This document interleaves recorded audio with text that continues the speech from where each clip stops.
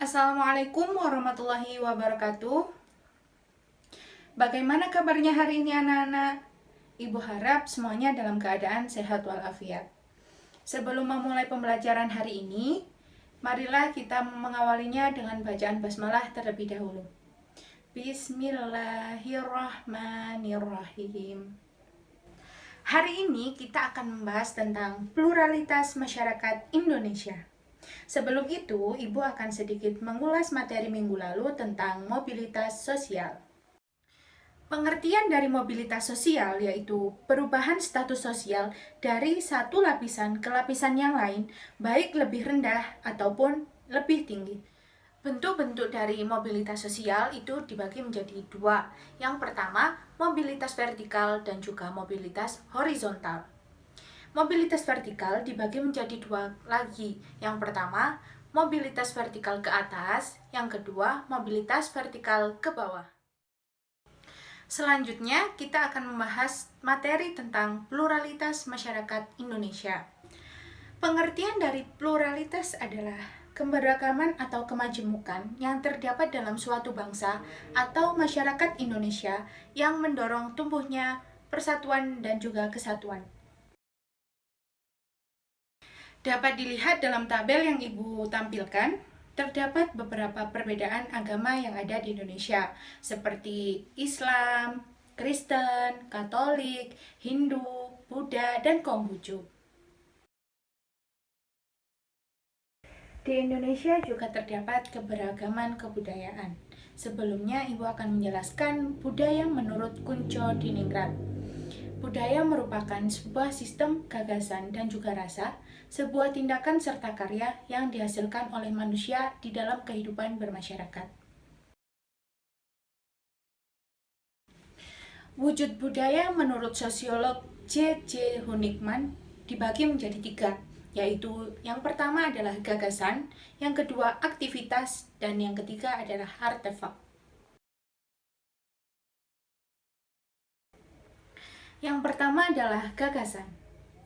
Gagasan yaitu wujud kebudayaan berupa pemikiran manusia dapat dilihat dalam karya-karya tulis. Contohnya seperti karangan dan juga buku-buku tulis yang dikarang langsung oleh warga masyarakat sendiri pada waktu tertentu.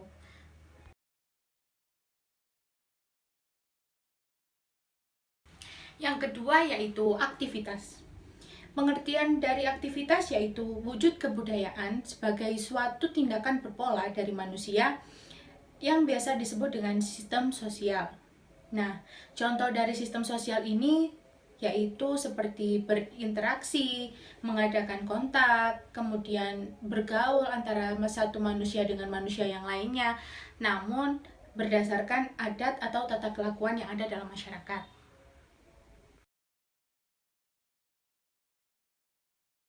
Ketiga adalah artefak.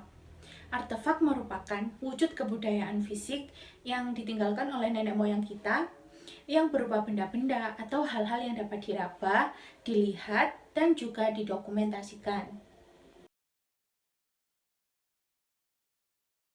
Selanjutnya ada 7 unsur kebudayaan yang dianggap sebagai budaya universal. Yang pertama yaitu peralatan dan perlengkapan hidup manusia, seperti pakaian, perumahan, alat-alat rumah tangga, dan lain sebagainya. Yang kedua yaitu mata pencaharian, contohnya seperti pertanian, perdagangan, sistem produksi, sistem distribusi, dan lain-lain. Yang ketiga, sistem kemasyarakatan. Contohnya, sistem kekerabatan, organisasi politik, sistem hukum, sistem perkawinan, dan lain-lain. Kemudian yang keempat yaitu bahasa. Bahasa itu dibagi menjadi dua, yaitu bahasa lisan dan juga tertulis. Kemudian yang kelima yaitu kesenian. Kesenian ini dibagi menjadi beberapa, yaitu yang pertama seni rupa, seni suara, seni gerak, dan sebagainya. Kemudian yang keenam, sistem pengetahuan. Dan yang ketujuh adalah religi atau sistem kepercayaan.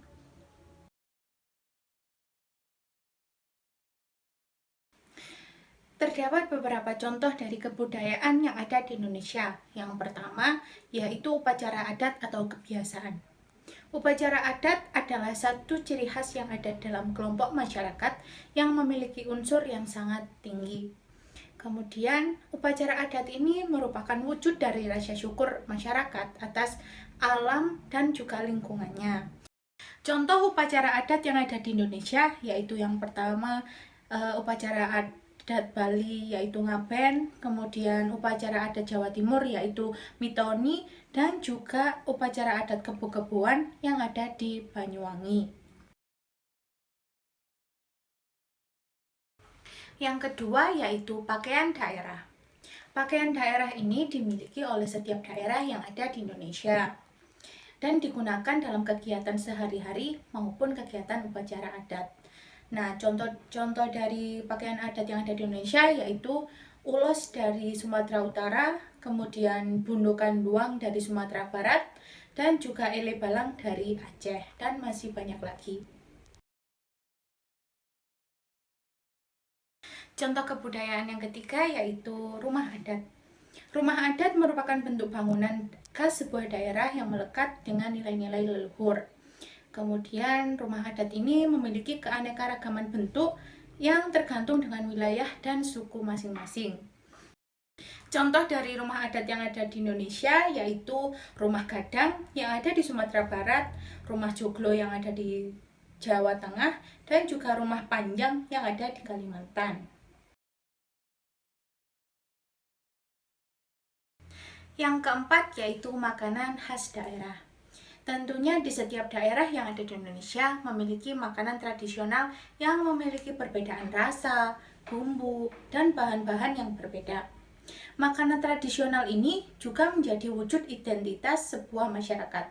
Contoh dari makanan tradisional itu adalah yang ada di Jawa Timur yaitu rujak cingur, kerak telur yang ada di Jawa Barat, dan juga yang lainnya.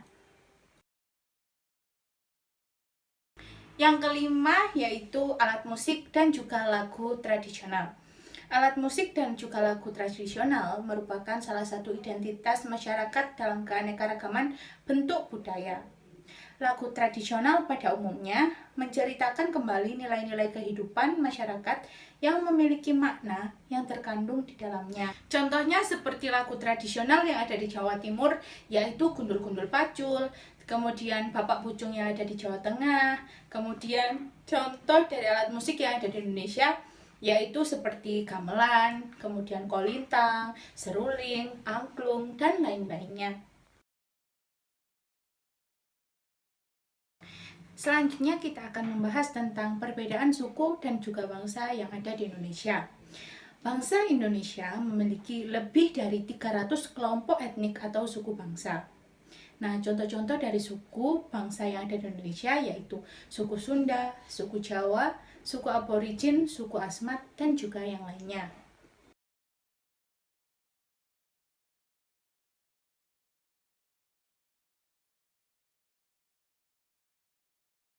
Yang terakhir yaitu perbedaan pekerjaan. Di Indonesia terdapat dua jenis pekerjaan. Yang pertama, pekerjaan informal dan juga pekerjaan formal. Contoh dari pekerjaan formal yaitu dokter, guru, kemudian pegawai kantoran, dan juga yang lain sebagainya. Kemudian contoh dari pekerjaan informal yaitu petani, pedagang kaki lima, pedagang asongan, dan juga yang lainnya. Itu tadi penjelasan materi tentang pluralitas masyarakat Indonesia. Dari pembelajaran hari ini dapat kita ambil kesimpulan yaitu pluralitas masyarakat Indonesia dari Sabang sampai Merauke merupakan aset yang tidak ternilai harganya sehingga harus tetap dipertahankan dan juga dilestarikan. Pluralitas masyarakat Indonesia juga merupakan wujud pengakuan manusia atas kebesaran dan juga kekuasaan Tuhan, yaitu Tuhan memberikan kemudahan bagi kita untuk menunjukkan identitas diri dari daerah, bangsa, dan juga negara. Sekian yang dapat saya sampaikan. Terima kasih atas perhatiannya. Sebelum kita menutup pembelajaran hari ini, alangkah lebih baiknya kita membaca hamdalah terlebih dahulu. Alhamdulillahirabbil alamin. Wassalamualaikum warahmatullahi wabarakatuh.